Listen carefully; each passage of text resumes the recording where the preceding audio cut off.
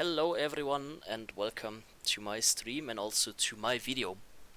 What I will make now in this video is basically I'm logged in with my Firebrand here now. There will be not that much talking in the chat from my side right now, because I basically wanna go for a little guide through all that guardians out there that are basically not having that many ideas of how to play Guardian in World vs. World, what is your job as a Guardian in World vs. World, how you're playing in World vs. World in general, and what are you doing in a lot of this different situations. So basically I want to give you a little insight of how I play my Guardian, about the skills, about the traits, about the buff food, and about how I use my Guardian and how World vs. World works in general. So I will see if you guys will like it. I'm streaming it at the same time that I will do it as a recording, because then basically I can load it up to YouTube and I can load it up to the Twitch clip, so we have both at once at the same time. Okay, so here in front you see my Guardian. My name is Sharyama, I'm from TLS, I'm from the SFR. I'm trying to command for about 2 years right now. I have a bit of experience, I guess, and I hope you're enjoying the guide right now. Okay, so basically we will go through the weapons and the gear really quick. That will be the first thing that we will go through. So what you're seeing here, I have a full minstrel gear on my Guardian. Like, all the stats are minstrel. Minstrel means toughness, vitality, healing, power and concentration. Because as a Guardian in World vs. World, you're a frontline, you're a tank, you are basically the one that heals and also gives boons out and sustains your squad. Same as like in other game modes, you're helping out everyone with it. So your gear is completely full minstrel on this point. Okay. As a rune, at the moment the best rune for a Guardian is the Monk rune, since you have 100 healing, 10% boon duration, 10% healing effectiveness to other allies, increased healing effectiveness to other allies by additional 1% for 3 seconds after granting a boon to any ally up to a stack of 10. Since you're giving out a lot of boons, alone, for example, if you just put your swiftness down on 5 people, you're already giving 5 boons out, means you're having 5 stacks of it, and so you're basically getting a lot of stuff done alone through that, and you're getting a lot of heal done. The buff food for Guardian at the moment, if you're not using the Ascended buff food, the buff food are the delicious rice balls are the best at the moment. You're having 100 healing power plus 10% outgoing healing, and for all our PvE people you also get 25% magic find during the lunar event, New Year, so basically you can also help out there with your magic find. Just kidding. The oil, the best is you have to get the bountiful maintenance oil.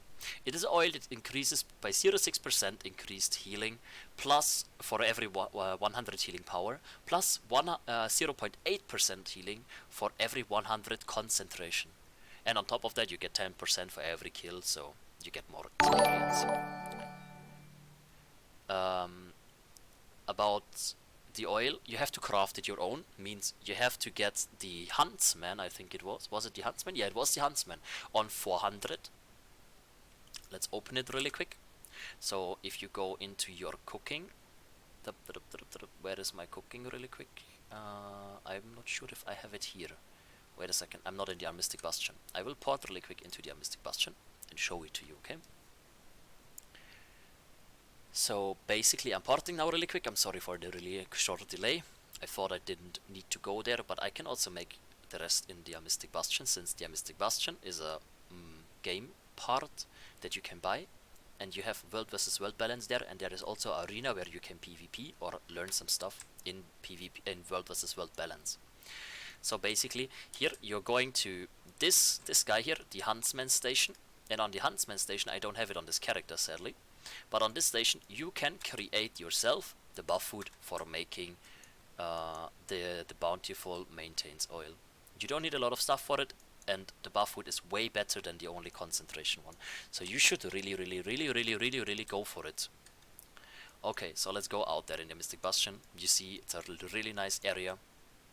So, okay. Then let's go over the sigil really quick. I'm using on my Guardian energy and transference on my off weapon set. That means I'm having 10% more healing in general overall on my shield. Plus when I switch to my mace, I'm getting back one of my dodges because of the energy sigil. What is really good in World vs. World to get an extra dodge if you need it. And on my Nevermore, I have the Sigil of Life at the moment because I'm leading open raids. Normally, when I'm doing closed raids, I have an energy sigil instead of that inside, and I have the transference sigil there again because I needed plus 10% healing. So having at the end a lot of healing power on my Guardian and a lot of toughness, so I'm a really big tank. Let's go over the traits really quick. Like for example on the WvW build side, you can see for example a lot of good builds. If you're looking under my stream, there is a Discord link where you can go, and there's a lot of builds and everything linked for you, so you can hang out there, chat there, and also look at the builds and guides that I'm creating. As World vs. World Guardian, you're playing with Honor with 1, 2, 3. You're using the Invigor Bulwark. It gives you 5% healing increased to others for 20 seconds with a 5-point stacks, plus it gives a recharge reduced by 20%. It's in this point by far the best. I know that a few people are running, for example, the Protective Reviver. I tell you guys, run the Bulwark. It's way more healing in public raids. It doesn't make a sense in any sense if you're going for publics. The Pure of Heart Aegis heals when it blocks an attack. Well, if you think about the else, you have then Empowering Might. Empowering Might is not that decent. And you have honorable stuff that is also not that decent at the moment. So basically you can get, for every time you give Aegis out, and you give a lot of Aegis out, you heal yourself and you heal the buddies for 1300 plus your healing power. That helps a lot. And you go for Force of Will, because Force of Will increases your healing by 100 and vitality by 1%. It's really good for yourself. Also, you're giving yourself 300 more vitality, 20% more healing increase to others. What is the best what you can do, because you don't need big symbols and you don't need the Pure of Voice at the moment, because you're not using that many shouts. So you're using Virtuos as a second thing. Virtuos, basically you use 2-2-2. You use the Retailery Subconscious, you use the Absolute Resolution, and you use the Battle Presence. Some people tell that Indominatal Courage could be really good, but for public raids, the Virtues of Resolve passive in Battle Presence is just really strong. You get 15% more endurance regeneration, plus you get 621 heal per 3 seconds in a passive, plus your healing power. That is a lot of healing that is going to your Zerg, but just getting bombed, so you can just passively heal really well there. On your Firebrand, you run 3-3-3, basically because you have the Archivist of Whispers. You're getting 3 more pages, so you can use 3 more pages in World vs. World, what is very necessary in a lot of fights, that you can use more skills of your toms. Then you have Legendary Lores, because you get passive bonuses on your skills. Like on F3, every skill gets protection. On F2, every skill gets regeneration. And on F1, every skill gets burning on top of it, what can help out also in World vs. World, even when you don't have any damage. Some people take Stalwart Speed, especially when there is 2 Guardians in a party, but Quickness is really good in this term. The problem is that the protection from the F3 is missing, and so you need another source in your party to get the protection up, because 33% incoming damage is a lot in the Zerg, so you guys should care about that you're getting that. And for beginners, I would recommend to run 3-3-3, because the Legendary Lores can be a lifesaver at the end, especially because of the heal also in F2. And then you have the Lore Master. The Lore Master is giving you a skill charge reduce. That is very important, because your cooldowns of your toms got increased. We got nerfed, Firebrands got nerfed all the time, and now we're having a lot of cooldowns, so it will be very strong if you're using it. Also, retain Virtuos passive while they are on cooldown, so you still have the passiveness of your Virtuos while they are on cooldown, what helps you out in World vs. World a lot. If you have any questions to the trade, always try to ask me also in the chat, please, and try to put some information on my Discord, for example. Would be very helpful. Okay, let's go over the skills really quick. So basically, you are using, let's start with the mace, okay? So we are having the mace. The mace 111 is just your basic attack skill. It has not that much range. It has 130 range, but every third hit, it's called Faithful Strike. And with this, you basically heal your bodies, like number of targets 3, number of allied targets 5. So your every third attack of your melee will just go for 1-1-1, and every third time you're healing for 1000 plus healing power. That is something that is really strong, and that can be, when you're pushing, can be a key goal to survive, like 1k heal or 1k heal less. Can be something that can be push reliant. So you guys should always try to 1-1-1 on your mace and your shield when you're going into a combat. Don't stay on your stuff, please. Then you have your mace 2. The mace 2, as you see on the ground, is an area AoE field. And with this AoE field, you get a regeneration plus damage. The damage is not that much. And the regeneration is of 2 seconds. So basically, it's a 2 seconds regeneration. That means per second you're healing around 1500. Means at that point, if you're range pressuring, for example, this skill can help out with sustaining pretty much. Because you just have a low cooldown on it, and you can spam that if you have it ready. Then you have your Protector Strike. Protector Strike giving out protection and Aegis, like we talked about. Aegis is healing. It is a very good skill at that point. It has a number of targets 5 and a radius of 240. So basically, in a radius of 240 around you, you block attacks for you block the attack, the next incoming attack for people. And if they come at the same time, it's even a bit buggy. So you can block up 1 or 2 more skills depending how they come and how it is. And so basically, for example, when a ref is jumping at you with like a 10k hit, you can block this with the Protector Strike, plus the Aegis on top of it, you're blocking a second attack. Can be very, very, very strong when you're timing it really well in a push, for example. Then we have your Shield of Judgment. That is one of my favorite skills to engage. I love these skills. I always call for it also. I call a lot of times for protection and Aegis. Like when you should push forward and you're switching away from your stuff, you guys should use your shield 4 for pushing. It has a 20 seconds cooldown, can be used afterwards again, and you have 6 seconds of protection and 6 seconds for Aegis, so that is a very good skill for just pushing forward. It is on 5 targets in front of you, and you can help your party there with Aegis and protection before you're going in any tom. And your Shield of Absorption is a knockback. You can use this as a CC, plus if you detonate it, you can also heal buddies. This is your mace and your shield. This is like something I will go over the rotation later on. So then let's look at the stuff. The stuff 1-1-1 is pretty useless. You can clear cannons with it, but range pressuring with it is something, it is not that good. You can clear some siege helping, but at the end it's not necessary. Then you have your stuff 2. Your stuff 2 is something that commanders call blasting. So you have to think about, do you want to blast or do you want to not blast? Something that is very important, and self-blasting is something that is very, very, very, very, very important in 2K19, especially when you're running in a closed guild. That is really, really strong, and you can stealth engage into enemies. So basically, if a commander is calling for stealth and you want to blast, or he's calling for blasts in general, as a guardian, your stuff 2 is a blast. I will go in another video with blasting and guild raiding over more, because you can switch weapons before in combat and you can blast at least 3 times as a guardian. Okay, for example, you can put your symbol down, and then you can put your stuff 2 on it, and you are having an area condi cleanse, as you've seen. Because that is the blast on a light field in this point. You can also blast water fields, fire fields, and other fields, depending. There is a guide on my Discord, what you can blast and what you can do and what happens. And also what condis and what wounds are getting, so you should check that out. Then you have your symbol. Basically that was the main skill for a movement before the mount came out, right? Now a lot of guardians just using it in combats to just attack enemies or putting something down. Basically it gives swiftness to your people, it is a light field, and it also deals some damage. So it's good to keep the swiftness up on your Zerg. Then we have the Empower. The Empower has 3 effects now. First, you have to stay.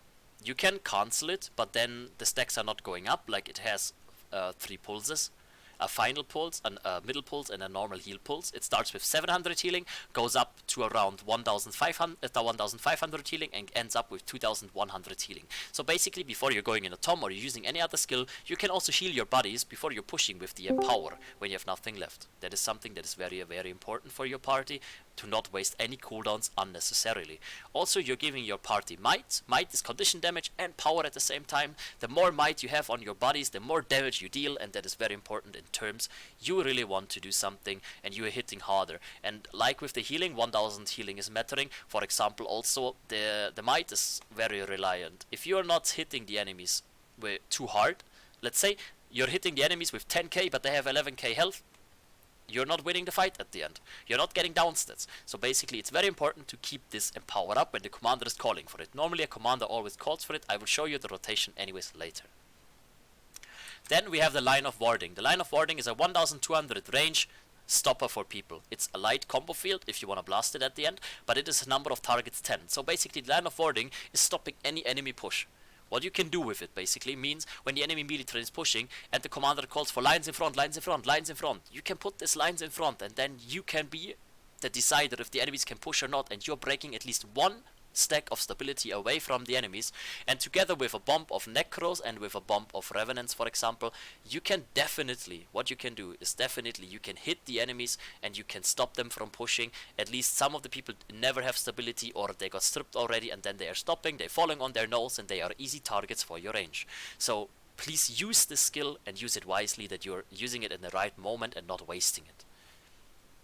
Okay, we will do now the skills. Like, the skills are all basically, we have the passives from Tome of Resolve, Regeneration, Tome of Courage, gain Aegis and lengthier intervals, and then we have Tome of Justice, cause burning every few attacks. These are the passives that you get through your trading, okay?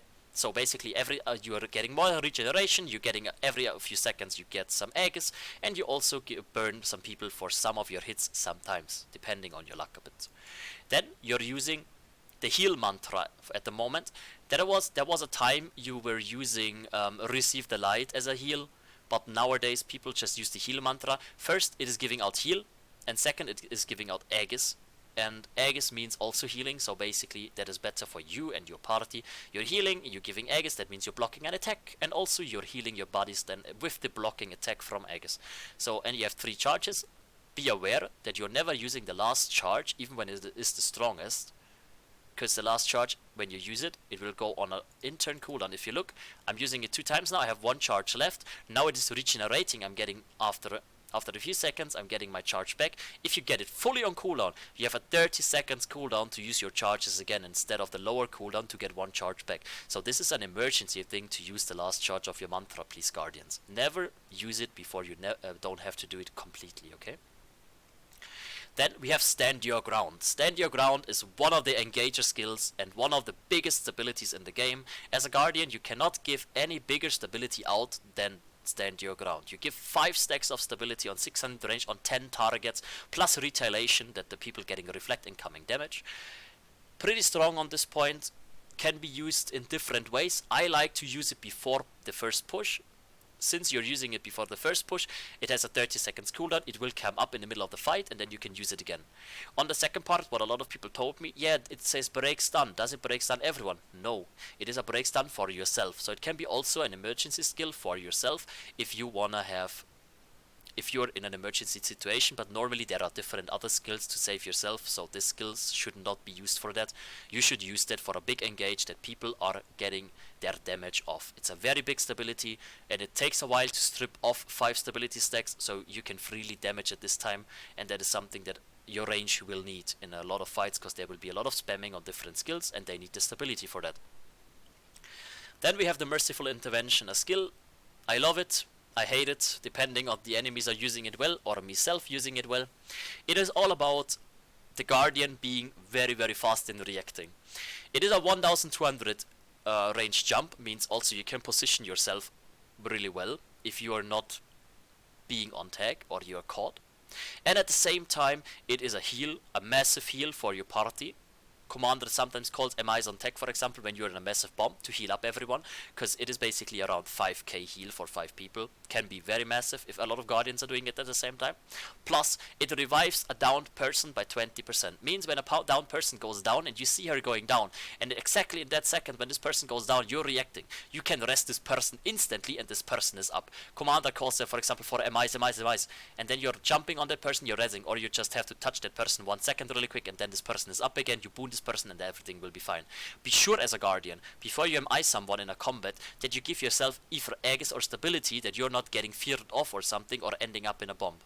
At the same time, never MI into a massive bomb, guys, please. Never MI into something when a commander is not calling for it to arrest someone that has a massive bomb on him. There is a skill, for example, from a Mesmer. And this Mesmer can use, how is it called? Illusion of Light. Illusion of Life, yeah. With this Illusion of Life, you can rest people for a short duration, and with this short duration, you can then fight again, and you can rally. Maybe if you give barrier or whatever, you can rally people, and this is very important for people. So Never am I into a massive bomb, please, and sacrifice yourself as a guardian. You're important to more than one person, and if this person fucks up, maybe it learns the next time itself, and you cannot... Well, I would say it's better to have a guardian on tag than a guardian missing because one person fucked up, right? Something that is very important for me.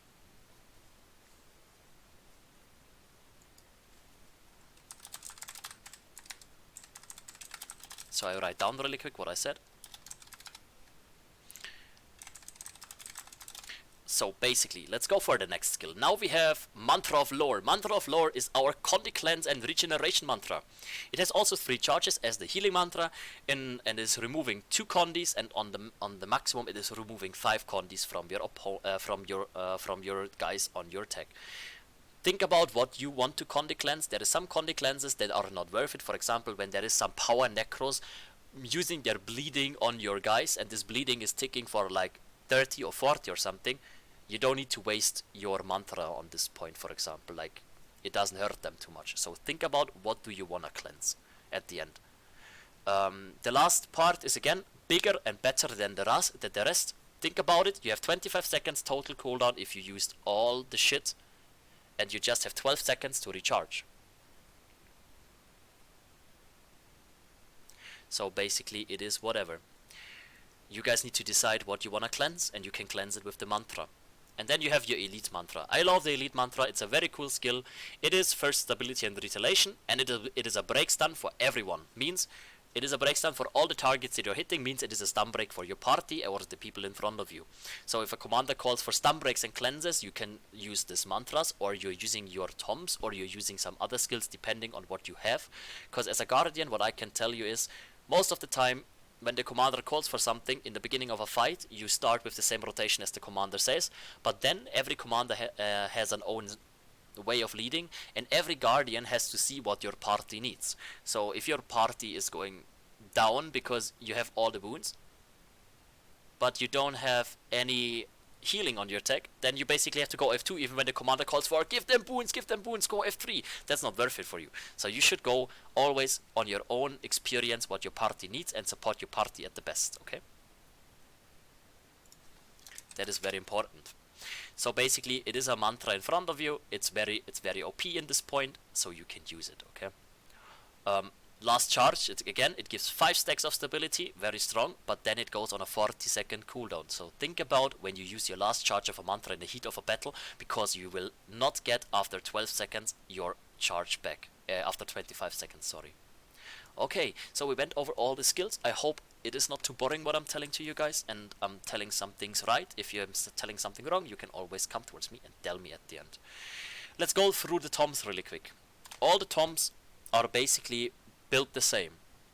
First skill in fire goes in front of you. Second skill is in a close range around you. This white is not so good. Wait a second, I'm going into the dark here. Okay. Then the third skill is a special action, and the fourth skill is a big circle around you, and the fifth skill is a buff for your party. Like, all the things are the same. The difference between the toms is that F1 is for damage, F2 is for healing, F3 is for boons. But every tom is working the same way about the skills. It is just about what they are doing different, because one giving boons, one giving heal, and one giving in this way one is giving you damage. Okay, let's look over the F2 really quick, because I went with the F1 on cooldown. So basically, as a passive, you have healing, the resolve with 207 heal plus endurance regeneration, retaliation, and regeneration on your own. And if you open your F2 because you traded it, you're going to cleanse someone already. You're cleansing yourself, plus you're cleansing 5 targets with 3 things already on doing that. That is very strong, it can work, and whatever. It is up to you when to open your F2, and then you can cleanse your bodies. So with the F1, you're healing your party, plus you see on the screen there that the regeneration is also there, because you traded the Firebrand, you traded the legendary lores, the legendary lores, sorry it's a bit late, and you get the regeneration from that on top of it. The second skill is a condition remove. It's like your main condition remove besides the F2-5. You remove the 2 conditions on 5 targets with it. It has a 2.34 seconds cooldown at the recharge time, and then you have to go for it again. The F2-3 is something, it gives you vigor, regeneration, it gives you swiftness. In my opinion, I'm not using it too much. I'm just using it when I have no cooldowns, for example, and I have to go on another tom and I just have to spam the sides really quick, then I'm using it. But I'm not using it too much at the moment. It is like, you see it here, it is like a soak on you, and there's people getting vigor, and vigor is giving you more endurance. Regeneration means more dodges, can be strong, that your people can dodge more in a fight, and when you're dodging, you're not taking damage. The fourth skill is just an AoE heal. The thing of it is, if you pirate ship or if you're standing in siege or something, it can be a good skill. It is a combo field of water, but it has 5 pulses. Means if you cannot stay the 5 pulses into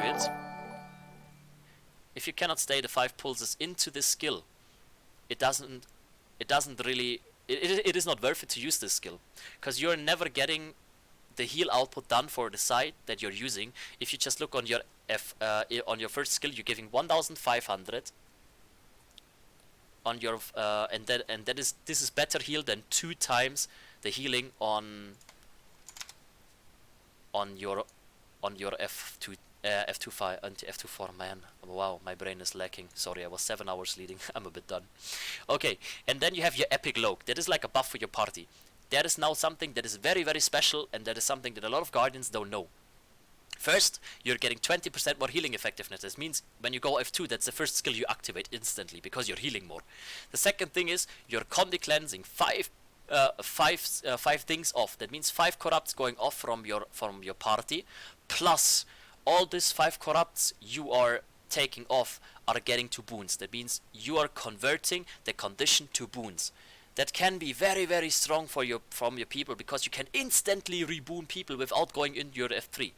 So first you can cleanse your people, you get more heal, and then you can instantly get 5 of those corrupts into instantly boons. And if you want to check the corrupt and the boon conversion, or elsewhere, you go to my Discord, please, and there is a guide about, and a build about, and a wiki link about what corrupt is going into what boon, and what boon is going into what corrupt, for example. Can be very useful to know in World vs. World, that you know what is going up, okay? So that is basically the F2. Let's go over the F1 really quick. So the F1 something, the most skills that you will use in World vs. World is you're going for F1-5, because F1-5 is giving the ashes of just for everyone. That means everyone around in your party gets a burning on the stuff, and so basically you're doing more damage with all the skills with the burning. Burning is a very strong condition. Even when you're not with Conde damage, it can be a lot of damage.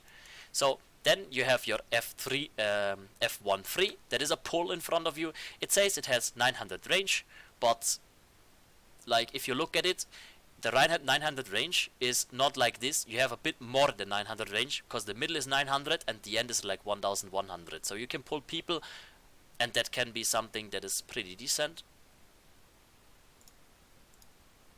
Can be pretty decent for your people if you're pulling them, because when people are getting pulled because they don't have stability, your people can bump them freely, and then you're getting more kills on the enemy Zerg.